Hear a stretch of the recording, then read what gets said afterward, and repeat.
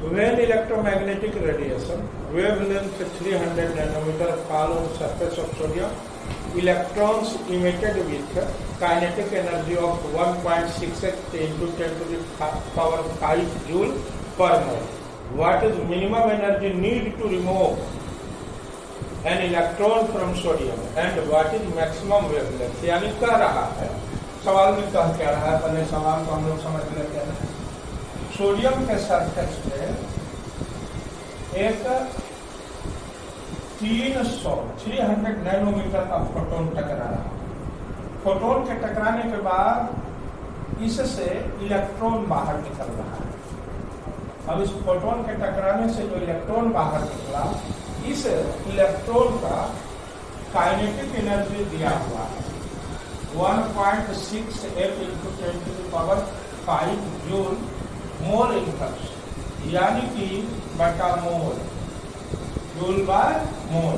Clear है? अब कह रहा है कि what is minimum energy needed to remove electron, electron को केवल हटाने के लिए, इलेक्ट्रॉन को केवल हटाने के लिए कम से कम कितना एनर्जी चाहिए। तो ये जो आकर के टकरा रहा है, ये इलेक्ट्रॉन केवल हट नहीं रहा है, बल्कि इलेक्ट्रॉन स्पीड में हट रहा है। और यहाँ इस सवाल का सेंस है कि इलेक्ट्रॉन को केवल हटाने के लिए, यानी जीरो वेलोसिटी से निकालने के लिए कितना एनर्जी चाहिए। क्लियर है ना? तो आपको पता है इसका फॉर्मूला क्या है? इसका फॉर्मूला है HV equal to HV0 plus 1/2 MeVE square.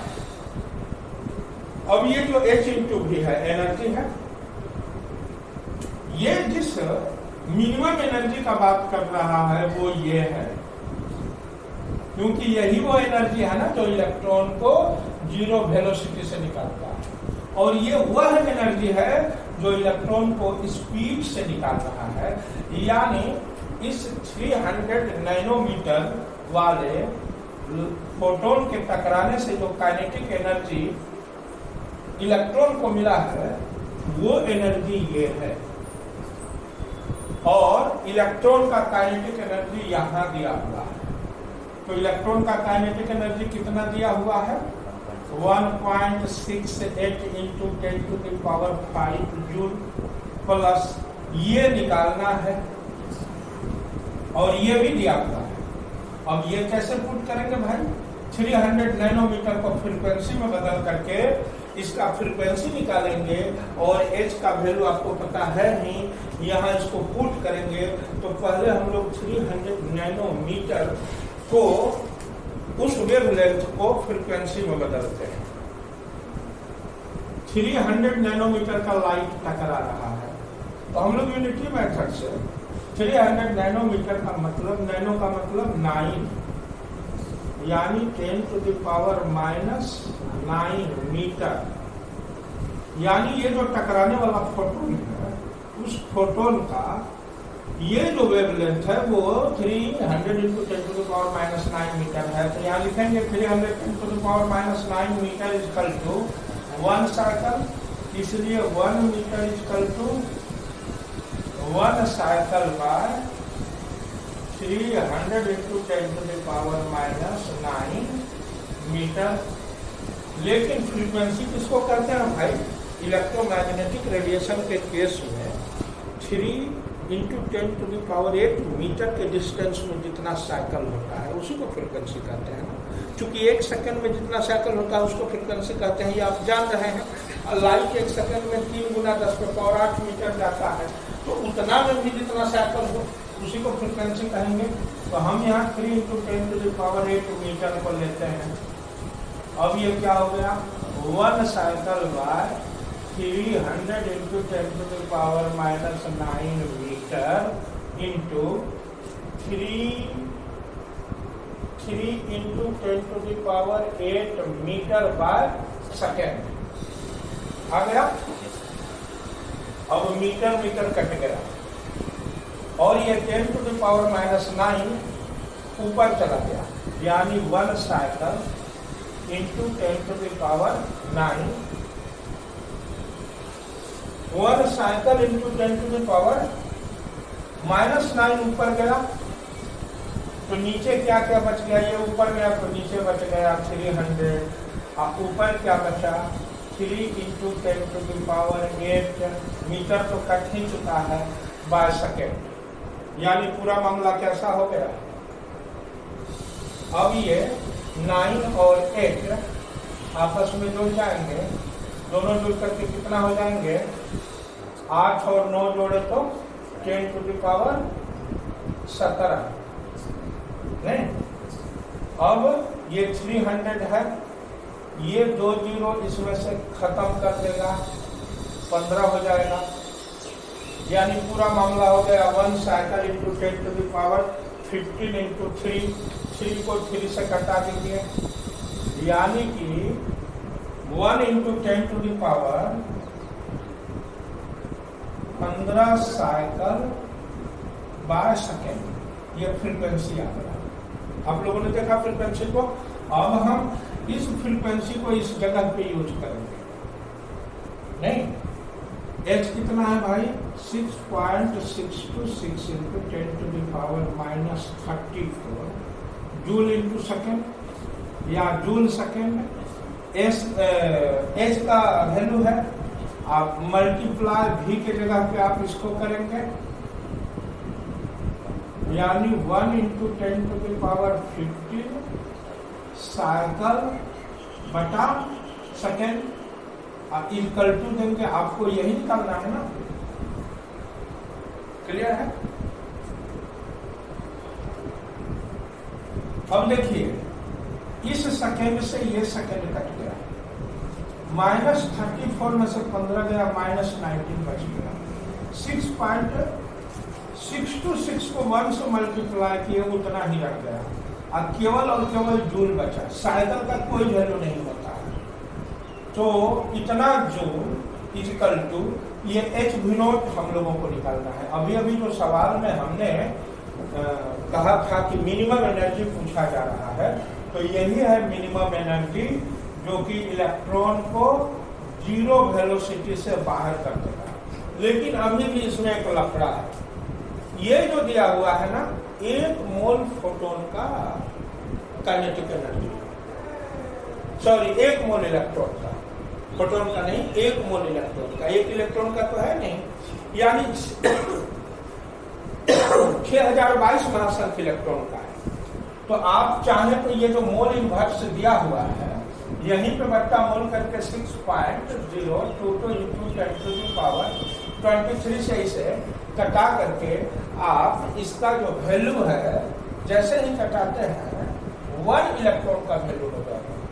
अगर आप चाह रहे हैं कि यूनिटी मेथड से देखें तो आप देख सकते हैं कि 6.022 into 10 to the power 23 electron का 1.68 into 10 to the power 5 joule हो जाएगा। इसलिए 1 इलेक्ट्रॉन का मामला वही है 1.68 into 10 to the power 5 joule बार ये जाकर के भागा दे देगा।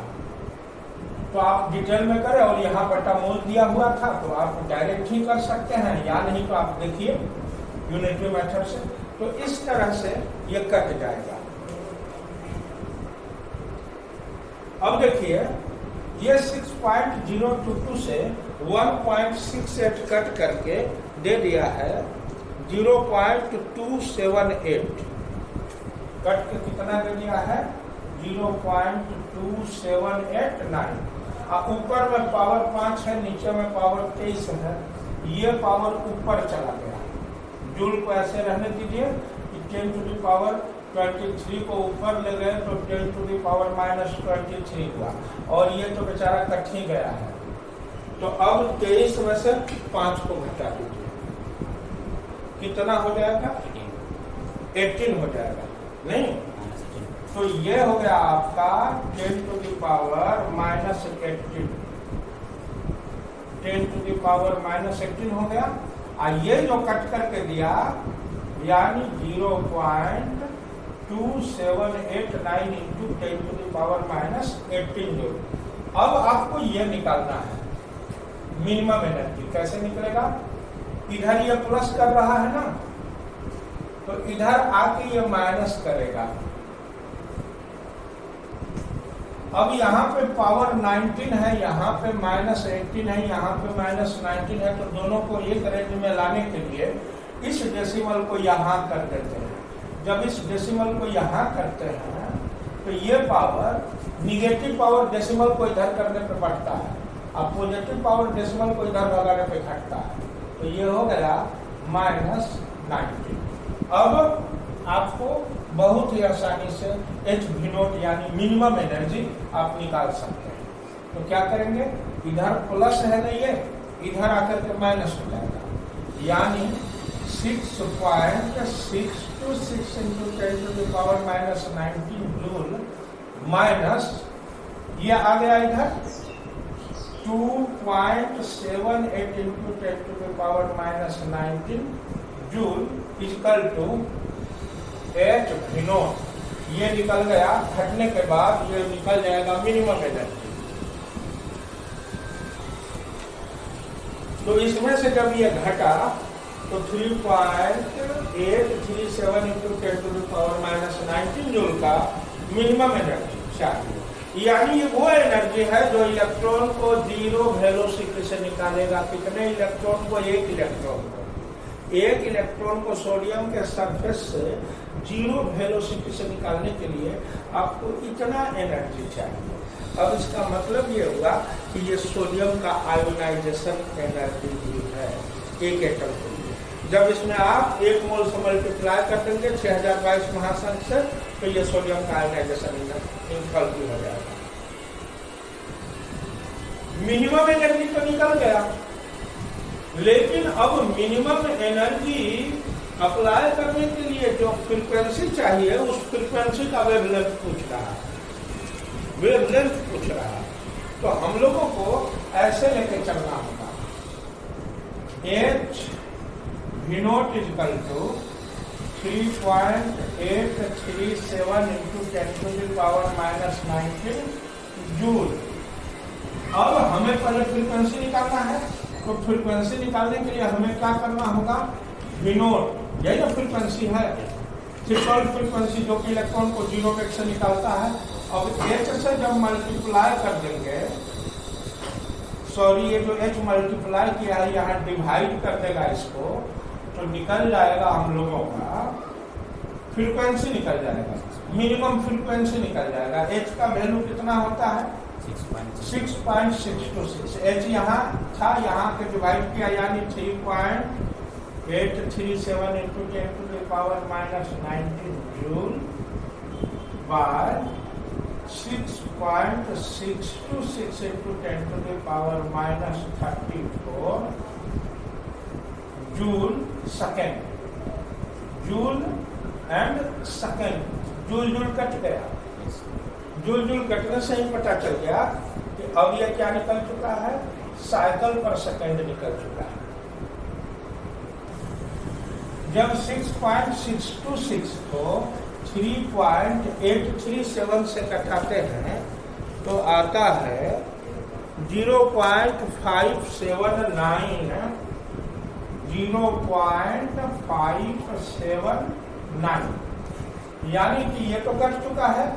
अब आप इसको लिख सकते हैं 0.579 × 10⁻⁻19 जूल भी कट चुका है, और नीचे बच गया है 10⁻⁻34 इंटू सेकेंड।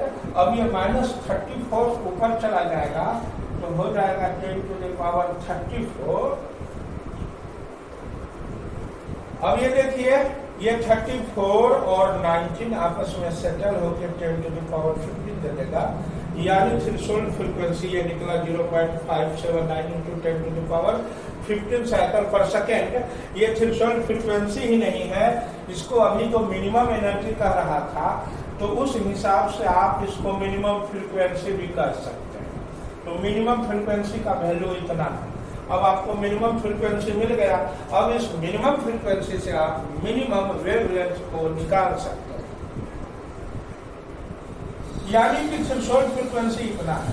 अब हम डेसिमल को एक नंबर इधर कर रहे हैं, तो प्लस वाला नंबर घटता है डेसिमल के इधर आने पर, तो कितना हो गया भाई 5 इंटू 5.79 इंटू 10⁻14 साइकिल पर सेकेंड। चूंकि 1 सेकेंड में इतना चक्का बन रहा है, तो इतना चक्का के समय 3 इंटू 10⁸ मीटर का डिस्टेंस भी तो होगा। यानी ये जो इतने जो चक्के बन रहे हैं, ये 3 गुना 10⁸ मीटर के डिस्टेंस में है। तो हमको एक चक्का का लेंथ निकालना है। तो इसके नीचे भी सेकेंड है, सेकेंड सेटल हो गया। 1 साइकिल का कितना आ रहा है? 3 into 10⁸ metre by 5.79 into 10⁻14। Cycle नीचे आकर के वैल्यूलेस हो जाता है। अब ये 14 ऊपर गया। अब इससे ये 5.79 से 3 कट करके दे देगा 0.518 मीटर। और यहाँ तक तो मामला सेट हो गया। यानी एक साइकिल यानी एक वेवलेंथ ये निकल करके आ रहा है 0.518 इंटू 10⁸ है। ये 10⁻14 ऊपर गया तो माइनस में हो गया, और ये मीटर यहाँ लगा हुआ है। नीचे जाकर के साइकिल का कोई वैल्यू नहीं रह जाता है। तो 14 में से 8 गया तो 0.518 इंटू 10⁻⁻6 मीटर हो गया। क्लियर है? -6 मीटर। अब देखिए, हमने पहले ही बोला था कि डेसिमल को जैसे जैसे इधर लेके जाइएगा निगेटिव पावर बढ़ता है। तो ये माइक्रोमीटर में है, लेकिन नैनोमीटर में निकालने पे मजा आएगा, क्योंकि नैनोमीटर पॉपुलर है। तो हम इस डेसिमल को यहाँ लेके भागते हैं। तो यहाँ लेके भागेंगे तो 3 इसका पावर बढ़ जाएगा। यानी 518 इंटू 10⁻⁻6 के जगह -9 मीटर हो जाएगा। -9 को नैनो कहते हैं। यानी 518 नैनो मीटर। यानी इस जो मिनिमम वेवलेंथ चाहिए था, जिसके कारण इलेक्ट्रॉन 0 वेलोसिटी से निकलता, उस फोटोन का वेवलेंथ मिनिमम होगा। यानी ये जो फोटोन आके टकराएगा, इस फोटोन का वेवलेंथ होगा 518 नैनोमीटर। तो इस तरह से लास्ट हमारा निकल गया।